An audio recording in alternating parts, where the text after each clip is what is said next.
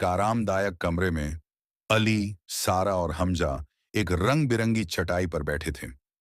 उनके सामने प्लेटों में सब्जियां रखी थीं, लेकिन उनके चेहरे नाराजगी से भरे हुए थे। ये सब्जियां इतनी बोरिंग क्यों होती हैं? अली ने गाजर के टुकड़े को चम्मच से धकेलते हुए कहा। हमें कुछ मजेदार क्यों नहीं मिलता? सारा ने अपनी आंखें घुमाई। हमजा ने लंबी सांस ली और कहा, यह तो कुत्ता भी नहीं खाएगा। उनकी मां एप्रन पहने हुए पास खड़ी थी। उनके चेहरे पर हल्की मुस्कान और उम्मीद की झलक थी। सब्जियां तुम्हारे लिए अच्छी होती हैं, उन्होंने समझाया। ये तुम्हें ताकतवर और स्वस्थ बनाएंगी। तभी दरवाजा खुला और दादाजी अंदर आए। उनके चेहरे पर उत्साह झलक रहा था और हाथ में एक छोटी सी किताब थी। मेरे छोटे बहादुरों के चेहरे इतने उदास क्यों हैं? उन्होंने पूछा। ये सब्जियां, अली ने गुस्से में कहा। दादाजी मुस्कुराए। अरे, क्या मैंने तुम्हें टीकू और जादुई पालक की कहानी नहीं सुनाई? बच्चे एक दूसरे की तरफ देख रहे थे। उनकी जिज्ञासा बढ़ गई। टीकू कौन था? हमजा ने पूछा। पास आओ, दादाजी ने कहा, तकिए पर बैठते हुए।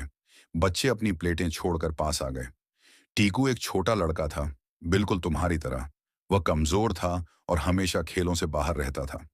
लेकिन एक दिन उसने एक जादुई जंगल में चमकते हुए पालक के पौधे को खोजा। जादुई कहानी। टीकू और पालक का पौधा जंगल के बीचों बीच। टीकू एक विशाल पालक के पौधे के नीचे बैठा था। उसके पत्ते हल्की सुनहरी रोशनी में चमक रहे थे।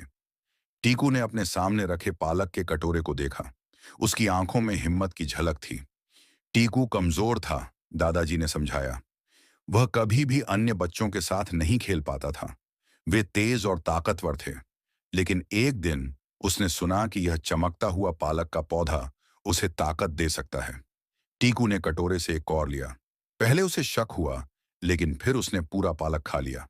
अचानक उसके शरीर में ताकत महसूस होने लगी। उसके हाथ मजबूत हो गए और उसकी चाल तेज हो गई।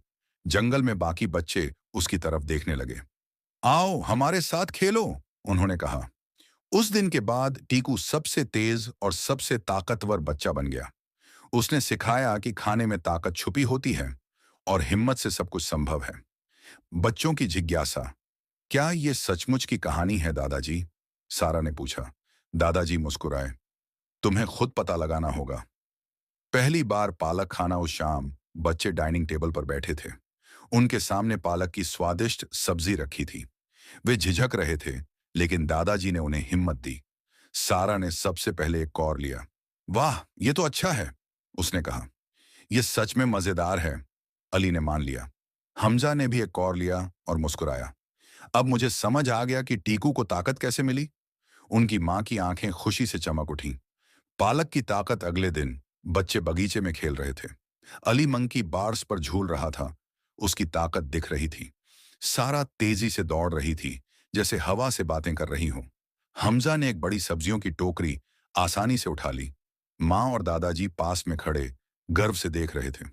देखा, दादाजी ने कहा, पालक में सचमुच जादू होता है। उस दिन के बाद बच्चे कभी सब्जियों के बारे में शिकायत नहीं करते थे।